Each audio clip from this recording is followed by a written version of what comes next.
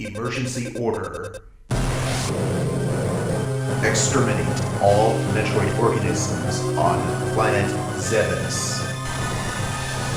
And defeat the mechanical lifeform, Mother Brain.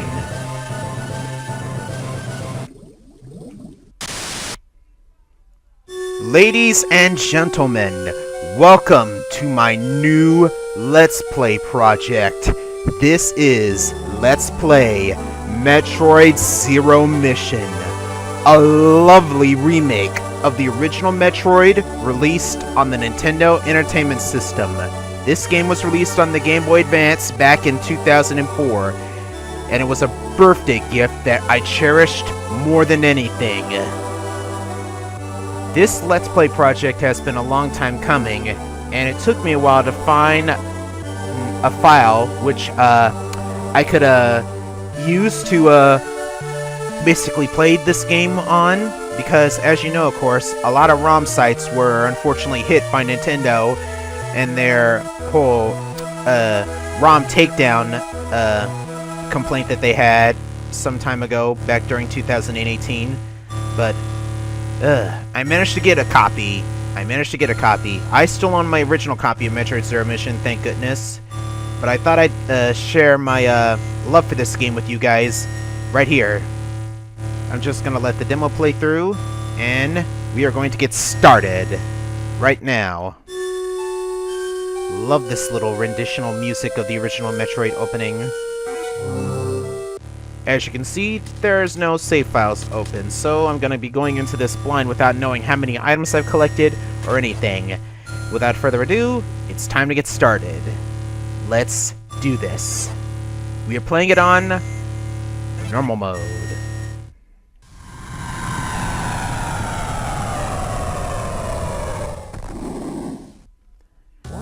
Planet Zebes. I called this place home once, in peaceful times, long before evil haunted the caverns below.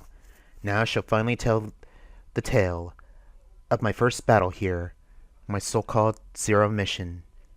Samus Aran.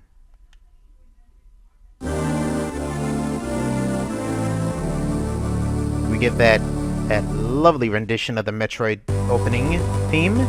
Let's begin. But as I said before, this is a beautiful, faithful recreation of the original Metroid released on the NES. We come this way and we get our first upgrade, the Morph Ball. Double tap down to take ball form and gain access to narrow passageways. But I think Some Coming Johnny pretty much said it one time, that comparing this game to the original is like comparing it to a stale piece of bread to a piece of chocolate chip cookies. So, yeah. I can't really say much about this game except, wow. This game is gorgeous. They did a great job putting it on the Game Boy Advance. It just looks amazing. And the music is beautiful, too. Go down this way. And we get our first Chozo statue. This right here is the Chozo statue hint system. Whenever you find one of these and they're standing up, they'll point you toward the location of a hidden power-up, basically. And this game actually has a map. So that way we don't have to backtrack too much, which is a good thing. And we got our energy charge back up.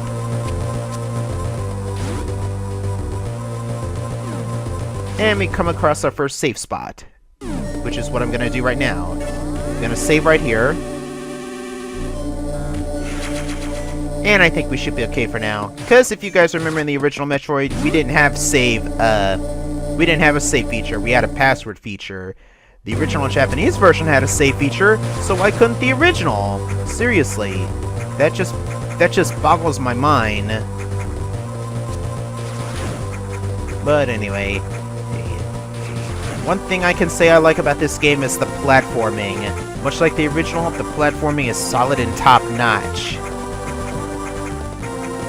We can't go that way, unfortunately, because our beam shoots pathetically. If I remember correctly, in the original, we have to get the long beam to do so, which we should be coming up across right now. Yeah.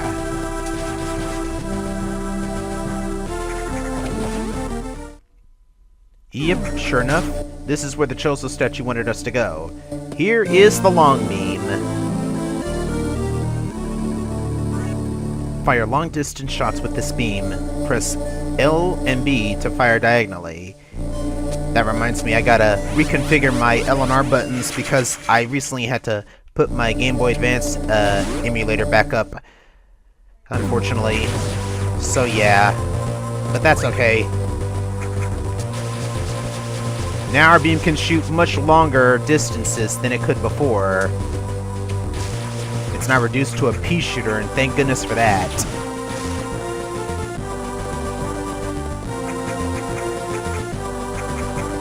Watch out for the yellow pool of water. That's actually acid. Fall in there and you'll take damage. This is the area that leads to Torian. We haven't defeated Kraid or Ridley yet, so we can't go any further, but it's nice to show that off. Once we step through, the door locks, indicating that we were kind of supposed to go there to know where to go later on in the game, but yeah. Come through here, and we get our first encounter with one of those side hoppers. And there we go. And every time whenever we defeat certain enemies or anything, the door will beep to indicate that we can go through besides glowing. Here's another Chozo reveal. Our next destination takes us toward that area.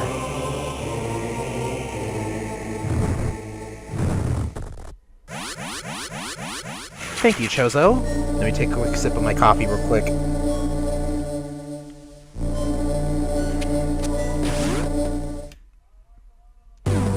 Yeah, anyway, if I may, my experience with the original Metroid game is pretty simple. We still have we had an NES back then, and one of the many games we had for the NES back then was Metroid.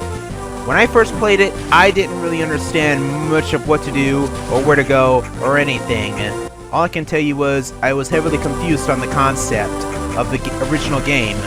But when I got a little older and I started playing it, I then came to understand the mechanics and how to play, basically. Especially when we got Super Metroid for the Super Nintendo.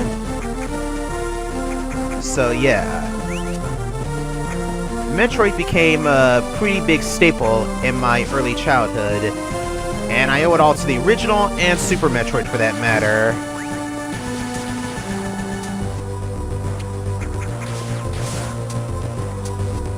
Can't go this way, so go back down. But yeah, if it wasn't for Super Metroid or the original Metroid back then, I don't think I would have become as good a gamer as I am now. And ever since then, the game has become one of my favorite games of all time. In fact, I love the Metroid franchise as a whole. From Super Metroid to the original Metroid, to Metroid Fusion, even Metroid 2, Earthquake. It's just one of those things I can't forget. Anyway, we got our first missile tank expansion. Press Art and B to fire. Opens red hatches. Okay. And we get our first mini-boss, this giant, worm.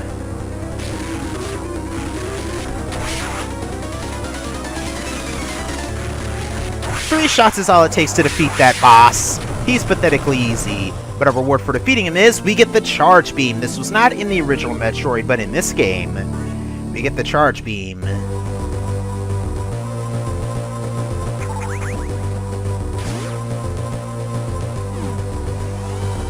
Now our charge shots will be much more powerful.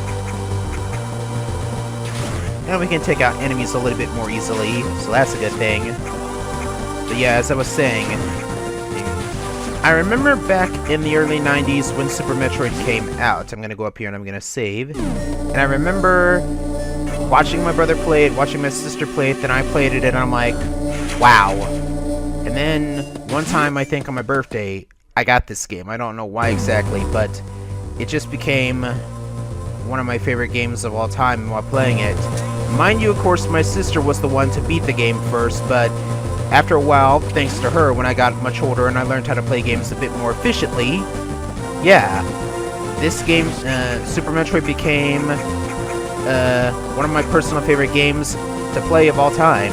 And I don't need to go this way, I need to go another way. You have to forgive me, it's been a while since I've actually played Metroid Zero Mission. It's been a while since I touched my Game Boy player on my GameCube. But I still remember some of the nooks and crannies.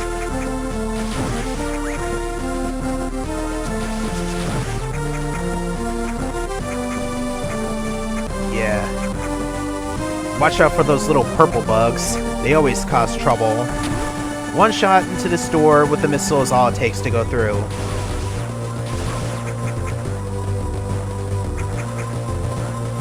Watch out for the acid. You don't want to fall in the acid. Alright.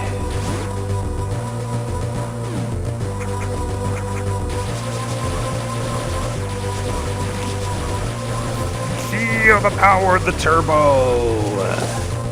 Mind you, of course, I'm not using an actual turbo button. I am using my regular finger. I'm just good when it comes to button mashing, button mashing, button mashing! Like Masayanella. Come down this way.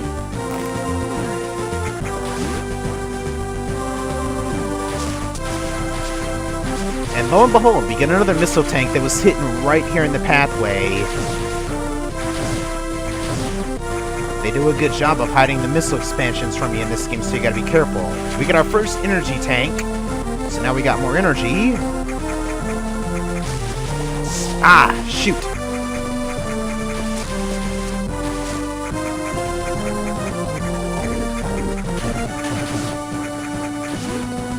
Come down this way. Open up this door, and we get the map station for this particular area, Brinstar. Downloading map data. And we gotta go to where that blinking dot is right there. Brinstar map data acquired. Now it'll be easier to go through Brinstar, no problem. Alright.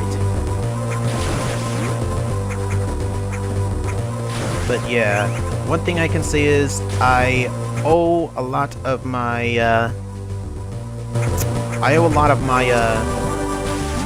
thank you to Super Metroid for getting me into the series in general. I'm gonna come right here and I'm gonna save. And I think I'll call it a session if I get to the next save stop or a good stopping point. Or next area. But anyway, yeah.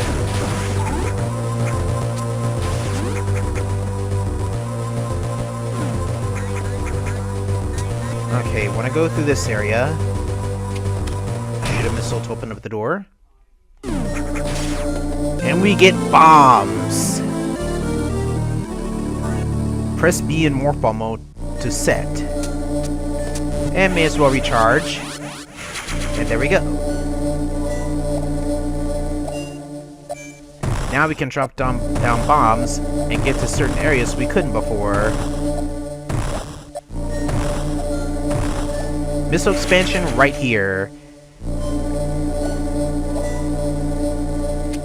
And we continue on. Door's locked. Which means we gotta defeat an enemy or something to get through. And it's right here. Those little purple bugs will latch onto you and they will drain the ever-loving crud out of your health. To destroy them, you gotta use a bomb.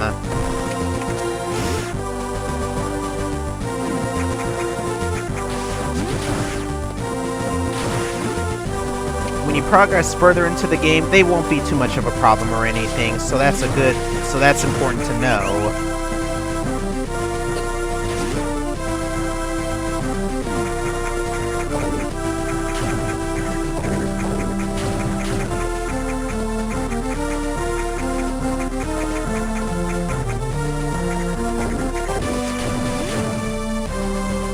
Anyway, yeah, I want to bomb this area right here. And just be careful of all the Greemers and the Rippers, basically.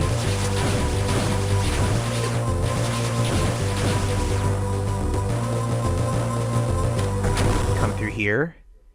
And we get another standing Chozo statue.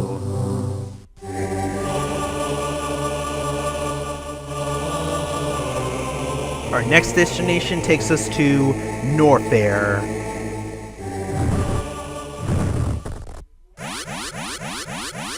We get a simple recharge, and there we go.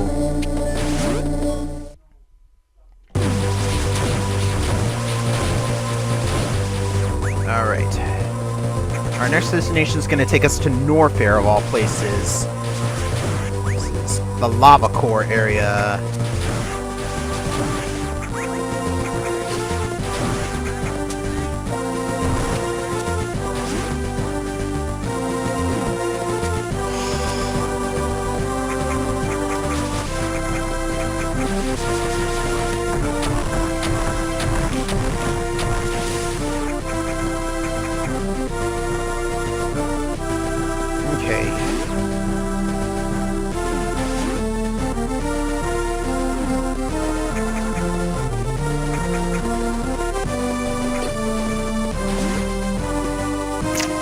Alrighty, I think what I'm going to do right now is I'm going to save right here, and I'm going to call it a session, for now at least. This is LeoHightower, and I will see you guys in the next episode of Let's Play Metroid Zero Mission. I'll probably have more to talk about in the next episode, but for now, peace out, guys.